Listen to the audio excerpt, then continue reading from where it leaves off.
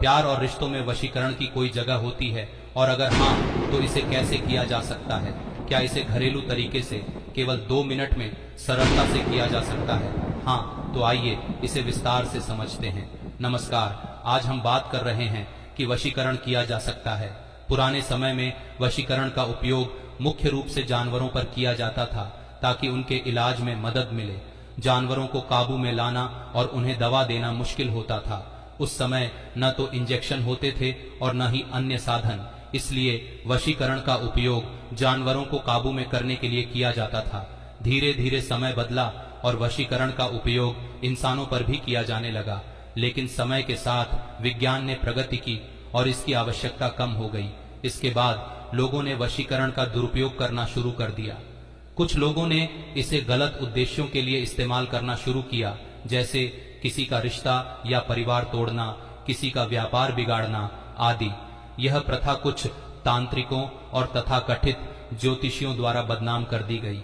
हालांकि अगर वशीकरण का सही और सात्विक तरीके से उपयोग किया जाए तो यह सकारात्मक परिणाम दे सकता है।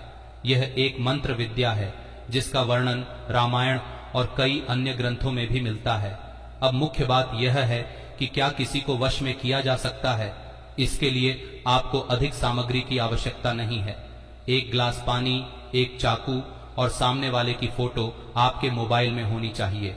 यह प्रक्रिया सुबह 4 से 6 बजे के बीच या रात 9 से 11 बजे के बीच की जा सकती है। फोटो सामने रखकर ग्लास को अपने बाएं हाथ में और चाकू को दाएं हाथ में पकड़ें। फिर 5 बार सामने वाले का नाम लेते हुए मंत्र पढ़ें और चाकू को पानी में डुबोएं।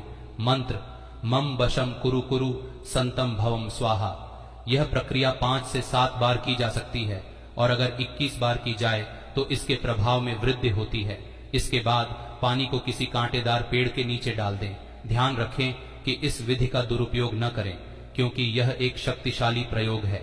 महत्वपूर्ण सूचना, यह सामग्री केवल जानकारी के लिए है। कृपया इसे सत्यापित और सकारात्मक उद्देश्यों के लिए ही उपयोग करें। अब बात करते हैं कि इस प्रक्रिया को करते समय किन बातों का ध्यान रखना चाहिए। पूर्ण श्रद्धा और विश्वास रखें।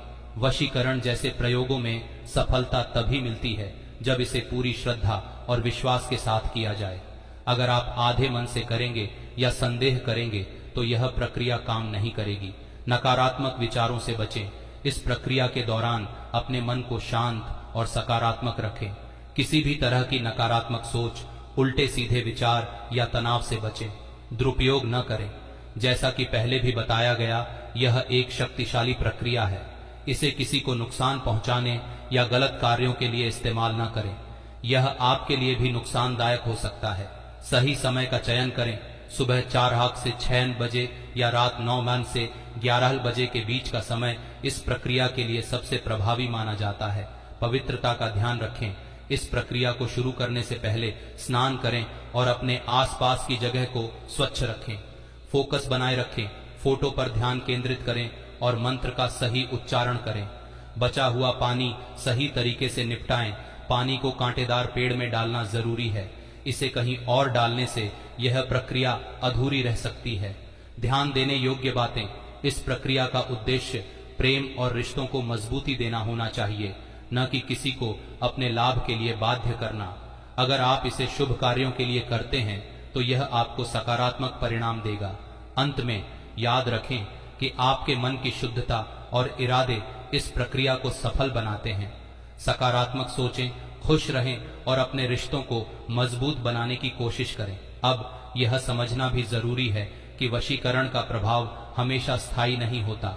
यह केवल एक अस्थायी उपाय हो सकता है जो आपके रिश्ते या किसी व्यक्ति के प्रति व्यवहार में कुछ समय के लिए बदलाव ला सकता है, लेकिन रिश्तों की स्थायित्वता और गहराई हमेशा आपसी विश्वास, प्यार और समझदारी पर आधारित होती है।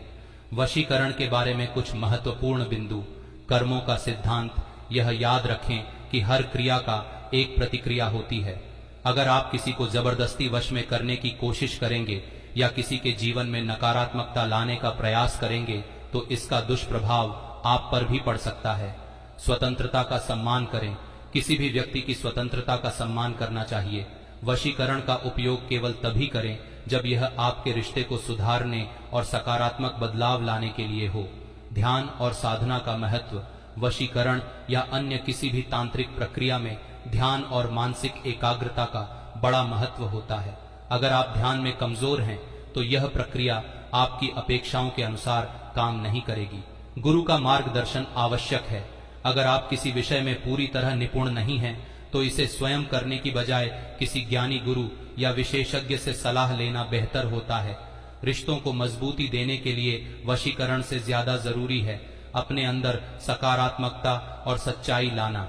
अच्छे कर्म करें, ईश्वर पर विश्वास रखें और अपने जीवन में सच्चाई व ईमानदारी को बनाए रखें। किसी भी प्रकार की शक्ति का दुरुपयोग न करें, क्योंकि यह आपके जीवन में परेशानी भी ला सकता है। आप सभी को शुभकामनाएं।